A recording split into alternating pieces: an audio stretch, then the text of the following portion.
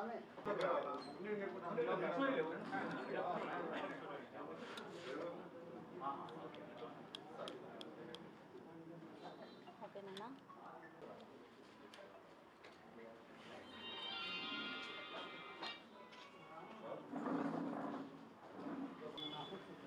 Media మిత్రులందరికీ నమస్కారము.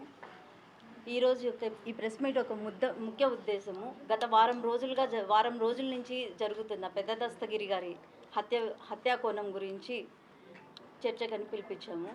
కానీ మెయిన్ విషయము, స్టార్ట్ అయిన కాన్సెప్ట్ వేరు. అంటే ఇనిషియల్గా దాని హత్యకు గల కారణాలు వాటినన్నింటినీ ప్రజెంట్ చేసిన విధానం వేరు. కానీ రాను రాను అది ఒక పొలిటికల్ రంగును పులుముకుంటూ ఈరోజు బండి నిత్యానంద రెడ్డి అనబడిన నా భర్తను సింగిల్ టార్గెట్ కింద దాన్ని సింగిల్ ఓరియంటెడ్గానే దాన్ని కవర్ చేస్తున్నారు. సో నిత్యానంద రెడ్డి గారి పాత్ర దీంట్లో ఏంటి అనే కోణంలో, తర్వాత నిత్యానంద రెడ్డి గారిని ఇక ఏకంగా తనే ముద్దాయి, తనే మొత్తము ఆర్గనైజ్ చేశాడు, తనే మొత్తం ఇదంతా ప్లాన్ చేశాడు అన్న కోణంలో దాన్ని చాలా వరకు ఒక హై లెవెల్ కేసుగా తీసుకెళ్లారు. నిన్న రాత్రి పోలీస్ వాళ్ళు ఏకంగా 20 జీపులలో పోలీస్ వాళ్ళు వచ్చి సర్చ్ వారెంట్ తీసుకొని వచ్చి ఇళ్ళంతా వెతికి, తర్వాత సర్చ్ వారెంట్ పేరు మీద వచ్చి నా ప్రెజెన్స్లో నాకు సపోర్ట్గా నిలబడిన మా పిల్లలను, ఈ అబ్బాయిని పోలీస్ వెహికల్లో తీసుకొని వెళ్ళిపోయి డిటీసీ వరకు తీసుకెళ్ళి మళ్ళీ ఆ అబ్బాయిని వెనక్కి పంపించారు. మేము రిపీటెడ్గా క్వశ్చన్ చేయడం వల్ల ఇవన్నీ కోణాలు చూస్తుంటే ఇది ఎక్కడికో దారితీస్తుంది అన్నది బహిర్గతమవుతుంది. బికాజ్ ఇట్స్ ఎ కేస్ మామూలు కామన్ మ్యాన్ యాంగిల్లో చూస్తే కేస్ స్టార్ట్ అయిన విధానం వేరు, కానీ ఇది ఫైనల్గా కన్క్లూడ్ అవుతున్న విధానం ఇంకొక రకంగా పోతుంది. సో మీడియా మిత్రులందరి తరపున నేను రిక్వెస్ట్ చేసుకుంటానంటే, ఏంటి నిజాలు ఏవి నిర్ఘాతం కాకుండానే మీరు ఒక ఎత్తు ముందుకు పోయి రాజకీయంగా ఎంతో కష్టపడి ఈ స్టేజ్కి వచ్చిన వ్యక్తిని తొక్కడానికి ప్రతి వాళ్ళు చూస్తున్నారు అనేది బహిర్గతమవుతుంది. సో వైసీపీ, టీడీపీ, కూటమి ఇలాంటి వాటి కాన్సెప్ట్ను పక్కన పెట్టేసి why don't we deal the case as a common man. ఒక కామన్ మ్యాన్గా ఈ కేసును కామన్ యాంగిల్లో ఎందుకు చూపెట్టలేకపోతున్నారని మిమ్మల్ని అందరినీ వేడుకుంటున్నాను.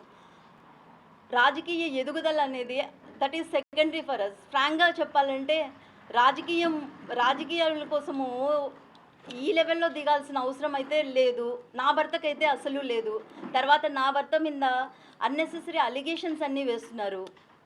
ఏంటో దస్తగిరి ఇంట్లో 100 కోట్లు డాక్యుమెంట్స్ బయటపడ్డాయి, ఇది అది అని. 100 కోట్ల డాక్యుమెంట్స్ అనేది ఆ ఇన్వెస్టిగేషన్ డిపార్ట్మెంట్ దగ్గర ఉంటే let the investigation team focus it, వాటిని బయటకు తీయండి. మీ బీయింగ్ ద ఫోర్త్ పిల్లర్, మీరంతా మా కామన్ మ్యాన్కు సపోర్ట్గా మీరే ఆలోచించి మీ ఇన్వెస్టిగేషన్ త్రూ అన్నా అది ప్రాపర్గా వెళ్ళాలి అనే కోరుకుంటున్నాను. ఆ 100 కోట్ల డాక్యుమెంట్ ఏంటో బయటికి తీసి దాంట్లో 1% even a single document which is related to at least 1 lakh rupee transaction ఏదన్నా లేదు, ఒక్క సైట్ అయినా సరే దస్తగిరితో నిత్యానంద రెడ్డి ఎంటర్ అయ్యి కనీసము ఒక అగ్రిమెంట్ అయినా చేసుకున్నాడని ఒక సింగిల్ ప్రూఫ్ అయినా మీ ద్వారా మా వరకు చేరితే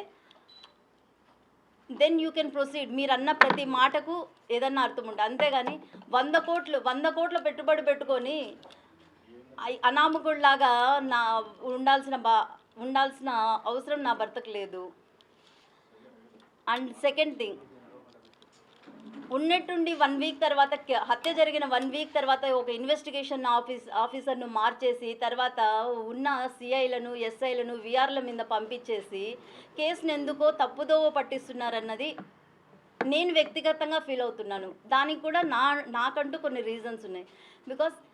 కాబట్టి తన మంచితనంతో, తన కృషితో ఇంతవరకు ఎదిగాడు. ఇప్పుడు వస్తున్న లోకల్ బాడీ ఎలక్షన్స్ను దృష్టిలో పెట్టుకొని ఇది కూటమి వాళ్ళు చేస్తున్న తప్పిదంగా కూడా నేను కొంచెం కన్సిడర్ చేసుకుంటున్నాను.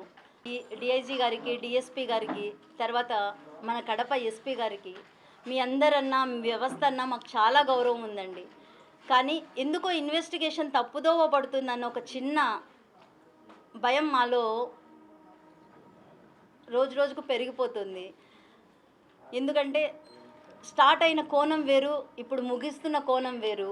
ఇది టోటలీ ఏదో రియల్ ఎస్టేట్ దందా, ఇదేదో వైసీపీ ఇన్వాల్వ్మెంట్ దందా అంటున్నారు. కానీ అంత శత్రుత్వము డెవలప్ చేసుకునే mentality, character, personality Nityananda Reddy కాదు. పోనీ అంతటి శత్రువులను పెట్టుకునేంత మనిషి దస్తగిరి కాదు. వీళ్ళ మధ్య ఉన్న అనుబంధము ఫ్రెండ్లీ రిలేషనే. తర్వాత ఏ బిజినెస్ ట్రాన్సాక్షన్ వీళ్ళ మధ్య లేదు. కాబట్టి దీన్ని దారి తప్పకుండా సంపూర్ణంగా న్యాయం చేసి, ఎందుకంటే అందరికీ కుటుంబాలు ఉంటాయి. ఈ 2 రోజులు జరిగిన రచ్చలకు చిన్నపిల్లలైనా నా బిడ్డలు అనుభవించిన బాధ ఏంటో నేను చూశాను. కాబట్టి దయచేసి దీన్ని మాకు ఇన్వెస్టిగేషన్ ఆఫీసర్ మీద ఉన్న ఒక చిన్నపాటి అనుమానం మాత్రమే. బికాజ్ ఆయన ఎందుకో అది వైసీపీకి అంటగట్టి వైసీపీ పార్టీ నిత్యానంద రెడ్డి అనే టార్గెట్ యాంగిల్లోనే వెళ్తున్నారు. కాబట్టి ఇన్వెస్టిగేషన్ ఆఫీసర్ విషయంలో కొంచెము ఏదన్నా మాకు సహకరిస్తారు పెద్దలు అని మనస్ఫూర్తిగా డీటీసీకి తీసుకెళ్ళి మనిషిని ఏ లెవెల్లో టార్చర్ చేసి ఏ లెవెల్లో రాపిస్తారో ప్రతి ఒక్కరికి తెలుసు. ఆ రిమాండ్ రిపోర్ట్ యొక్క వ్యాలిడిటీ ఏంటో కోర్టులకు కూడా బాగా తెలుసు. సో ముద్దాయిలు వాళ్ళు బయటికి వచ్చి ఏదన్నా పెరేడ్ ఏదన్నా మనము, నేనైతే కోరుకుంటాను, ఫ్రాంక్గా చెప్తున్నాను, నేనైతే కోర్టుకు వేసుకుంటాను ఓపెన్ పెరేడ్ విత్ కల్ప్రిట్స్ అని. ఈ 10 మంది ముద్దాయిలు పెరేడ్కి వచ్చి లేదు మెజిస్ట్రేట్ ముందర ఇదే వాంగ్మూలము ఇస్తారో ఇవరో చూడండి. One final conclusion sir, basically నేను వెల్ ఎడ్యుకేటెడ్, నేను చదివింది లా డిగ్రీ.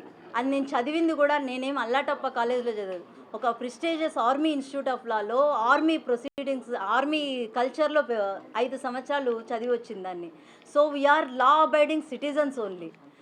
కాబట్టి దేనికి మేము సహకరించలేదు అనే కాన్సెప్ట్ లేదు. మీ అందరి ముఖంగా నేను నిత్యానంద రెడ్డికి కూడా నా మెసేజ్ ఇచ్చాను. అలానే మీ అందరి ద్వారా నేను కోరుకునేది ఫెయిర్ ఇన్వెస్టిగేషన్ కోసము మేము ఎక్కడికైనా రావడానికి రెడీగా ఉన్నాం. బట్ ఈ అర్ధరాత్రి తనిఖీలు, ఈ అర్ధరాత్రి చెకప్లు, తర్వాత ఈ